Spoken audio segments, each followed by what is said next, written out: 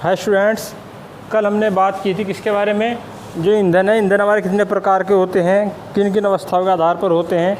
तो उसमें हमने आपको बताया था कि जो ईंधन होते हैं वो अलग अलग जो है कोई भौतिक अवस्था के आधार पर और जो उत्पत्ति के आधार पर और मूल रूप के आधार पर, ये मुख्य रूप से हमने 3 प्रकार के बताए थे। तो आज बात करते हैं किसके बारे में, जो ईंधन है, ईंधन का जो ऊष्मीयमान है वो क्या होता है।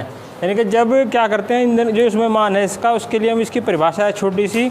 किसी भी ईंधन के 1 ग्राम द्रव्यमान को जलाने पर, किसी भी ईंधन के, चाहे कोई भी ईंधन हो, किसी भी ईंधन के 1 ग्राम द्रव्यमान को जलाने पर जो ऊष्मा प्राप्त होती है उसे हम कहते हैं उस ईंधन का कैलोरीमान या ऊष्मीयमान। यानी किसी भी ईंधन के 1 ग्राम द्रव्यमान को जलाने पर जो हमें ऊष्मा प्राप्त होती है उसे हम क्या कहते हैं, उस ईंधन का ऊष्मीयमान या कैलोरीमान कहते हैं। ये परिभाषा है, एग्जाम में परिभाषा आ सकती है। उसके बाद है ज्वलनताप क्या होता है। देखिए ज्वलनताप क्या होता है, वह न्यूनतम विशिष्ट ताप, कौन सा, वह न्यूनतम विशिष्ट ताप जिस पर ईंधन आग पकड़ लेता है और जलने लगता है। वह न्यूनतम विशिष्ट ताप जिस पर कोई ईंधन आग पकड़ लेता है और जलने लगता है उसे कहते हैं उस ईंधन का ज्वलन ताप। क्या बोलते हैं, उस ईंधन का ज्वलन ताप जिस ताप पर ईंधन आग पकड़ ले और जलना शुरू कर दे। उसके बाद है ईंधनों का दहन। यानी कि जो ईंधन है, ईंधनों का दहन किस प्रकार होता है, यानी कि जो ईंधन है वो किस प्रकार जलते हैं। देखिए एक वर्ड है दहन, दहन का मतलब जलना। तो सबसे पहले जो इसमें जो है, जो इनके जो मालूम, जब किसी ईंधन का हम दहन करते हैं, किसी ईंधन को हम जलाते हैं तो उसमें उपस्थित जो यौगिक होते हैं या तत्व होते हैं वो क्या करते हैं, वायु की ऑक्सीजन के साथ क्रिया करते हैं और वायु की क्रिया के साथ क्रिया करके कार्बन डाइऑक्साइड बना लेते हैं और अत्यधिक मात्रा में क्या करते हैं, ऊष्मा का उत्पादन करते हैं। यानी कि हम ये कह सकते हैं कि जब हम किसी ईंधन को जलाते हैं तो उसमें उपस्थित तत्व या यौगिक होते हैं तो वो क्या करते हैं, वायु की ऑक्सीजन के साथ क्रिया करते हैं या वायु की ऑक्सीजन के साथ संयोग करते हैं और पर्याप्त मात्रा में ऊर्जा उत्पन्न करते हैं। और ये जो ऊर्जा होती है ये ऊष्मा के रूप में और प्रकाश के रूप में होती है। जैसे हमने कोयले को जलाया तो कोयले को जलाने पर जो उसमें उपस्थित कार्बन है वो क्या करेगी, ऑक्सीजन के साथ संयोग करेगी। यानी कि जो कार्बन है, कार्बन ने ऑक्सीजन के साथ संयोग किया, इन्हें हमने जला दिया तो वो क्या करेगी, CO2 बनाएगी और CO2 बनाने पर क्या होगा, उसमें से जो ऊर्जा निकलेगी वो 395 किलो जूल निकलती है। उसके बाद दहन के लिए फिर आवश्यक परिस्थितियाँ क्या है, मान लो अगर हमें किसी ईंधन को जलाना है तो उसके लिए जो आवश्यक परिस्थिति है, इनके क्या क्या चीज़ें होनी ज़रूरी हैं, तो वो क्या क्या हैं। सबसे पहले जो ज्वलनशील पदार्थ हैं, जैसे कागज़ है, कपड़ा है, LPG है, मिट्टी का तेल है, पेट्रोल की उपस्थिति है, इनकी उपस्थिति ज़रूरी है क्योंकि यही चीज़ें क्या करती हैं, आग पकड़ती हैं। यानी कि जब हम किसी ईंधन को जलाते हैं तो ईंधन को जलाने के लिए जो ज्वलनशील पदार्थ होते हैं, जो ज्वलनशील पदार्थ होते हैं जैसे कागज़ है, कपड़ा है, मिट्टी का तेल है, पेट्रोल है, डीजल आदि है, LPG है, इनकी उपस्थिति आवश्यक है, कंपलसरी है क्योंकि यही क्या करते हैं, यही पदार्थ जो है आग पकड़ते हैं। उसके बाद दूसरा है हमारा दहन पोषक या दहन सहायक की उपस्थिति। दहन पोषक का मतलब है कि जो ऑक्सीजन या वायु ये क्या है, दहन पोषक हैं और ये क्या करते हैं, जलने में सहायता करते हैं। यानी कि जो ऑक्सीजन है या वायु है ये क्या कहलाते हैं, दहन पोषक कहलाते हैं और जलने में सहायता करते हैं। नंबर 3 है ज्वलन ताप की प्राप्ति। जब हम पदार्थों को जलाते हैं तो उनके लिए, जब हम ईंधन को जलाते हैं तो उनके लिए एक निश्चित ताप पर उन्हें गर्म करना जरूरी होता है। जब क्या करते हैं, जब हम ईंधन को जलाते हैं तो उसके लिए क्या होता है, तो उसके लिए एक निश्चित ताप की आवश्यकता होती है उसके जलने के लिए, तो उसे हम क्या बोलते हैं, ज्वलन ताप बोलते हैं। और जब वो ज्वलन ताप होगा तभी ज्वलनशील पदार्थ जो है वो आग पकड़ता है। उसके बाद बात करते हैं आदर्श ईंधन। देखिए आदर्श ईंधन क्या हो, ऐसा ईंधन जो घर तथा उद्योगों में उपयोग करने के लिए सबसे अधिक उपयुक्त होता हो। ऐसा ईंधन जो घरों तथा उद्योगों में प्रयोग करने के लिए सबसे ज़्यादा उपयुक्त हो उसे हम क्या बोलते हैं, आदर्श ईंधन बोलते हैं। तो उसके बाद जो आदर्श ईंधन है उसकी विशेषताएं क्या क्या होनी चाहिए। सबसे पहले इसमें जो उच्च ऊष्मीयमान, यानी कि जो आदर्श ईंधन है उसका जो ऊष्मीयमान है वो अधिक मात्रा में होना, उसका जो ऊष्मीयमान है वो ज़्यादा होना चाहिए ताकि काफ़ी मात्रा में हमें ऊष्मा प्राप्त हो सके। उसके बाद है उचित दहन ताप। दहन ताप से ही क्या होगा, इनका जो उचित दहन ताप का मतलब है कि इनका जो दहन ताप है, उनके जलने का जो ताप है वो सही होना चाहिए, ना कम हो ना ज़्यादा हो। उसके बाद है दहन की संतुलित दर। दहन की जो आदर्श ईंधन है उनके दहन की जो दर है वो संतुलित होनी चाहिए, ना तो तेज़ी से जलने चाहिए और ना ही धीमी गति से जलने चाहिए। उसके बाद है सुलभ व पर्याप्त उपलब्धता।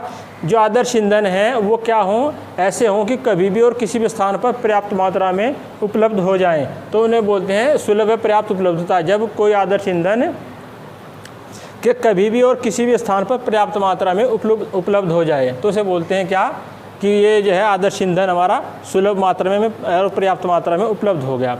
उसके बाद है कम मूल्य। ये जो आदर्श ईंधन है उनका मूल्य जो है अधिक नहीं होना चाहिए, उनका आदर्श मूल्य है उनका जो आदर्श ईंधन है उसका मूल्य क्या होना चाहिए, कम होना चाहिए, ज़्यादा नहीं होना चाहिए।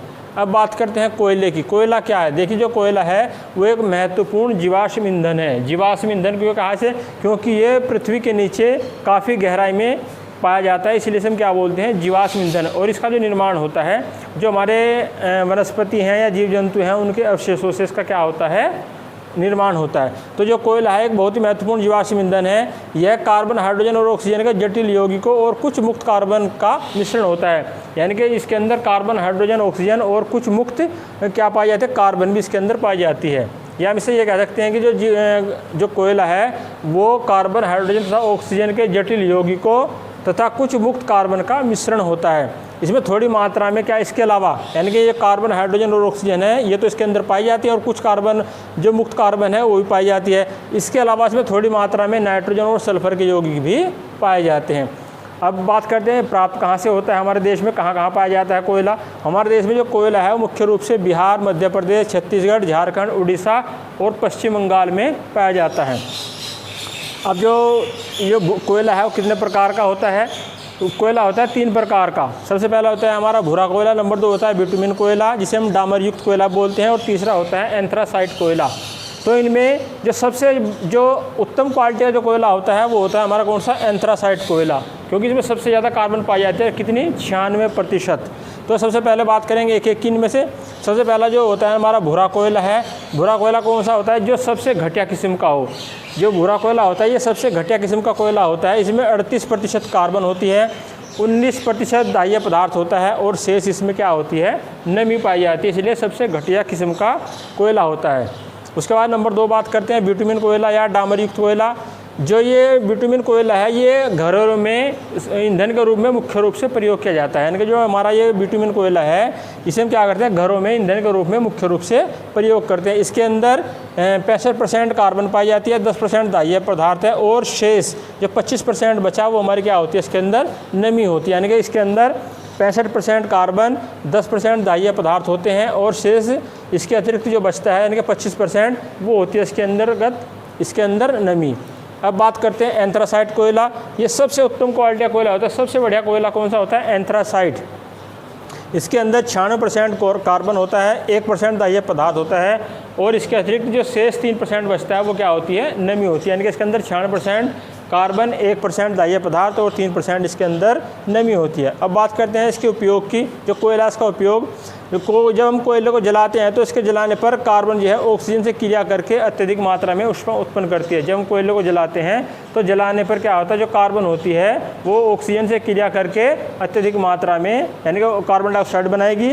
जो कार्बन है ऑक्सीजन के साथ क्रिया करके क्या करेगी, कार्बन डाइऑक्साइड बनाएगी और अत्यधिक मात्रा में क्या करेगी, ऊष्मा उत्पन्न करेगी। दूसरा जो घरेलू ईंधन है, घरेलू ईंधन के रूप में भी इसका बहुत अधिक प्रयोग किया जाता है। घरों में भी ईंधन के रूप में इसका प्रयोग अत्यधिक मात्रा में किया जाता है।